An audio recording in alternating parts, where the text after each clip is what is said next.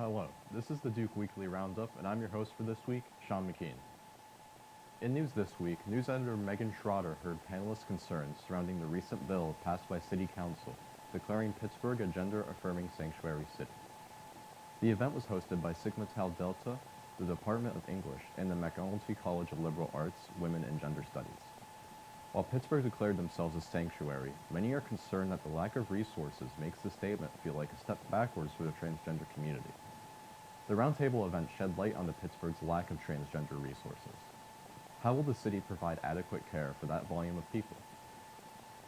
In other news, in arts and entertainment this week, A&E editor Emily Fritz provided an inside look into the North American tour of Moulin Rouge, the musical. The show included only 2 of the original works.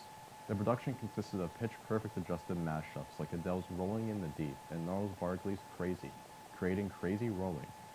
The cast put together unique voices to change the emotions and meaning of the original tracks. While the musical typically has rave reviews, Fritz expresses concern that the music has not evolved to include audience favorites and could risk closing. Now over to Matthew Theodros for sports. Thank you, Sean. This Thursday, Duquesne held a tip-off event for the 2023-2024 men's and women's basketball season. Coaches, players, family members, and students came together for a great night of festivities and community. Famous bracketologist and sports personality Joe Lunardi spoke on the upcoming season and the ins and outs of analyzing college basketball. Both teams open up their season November 6th.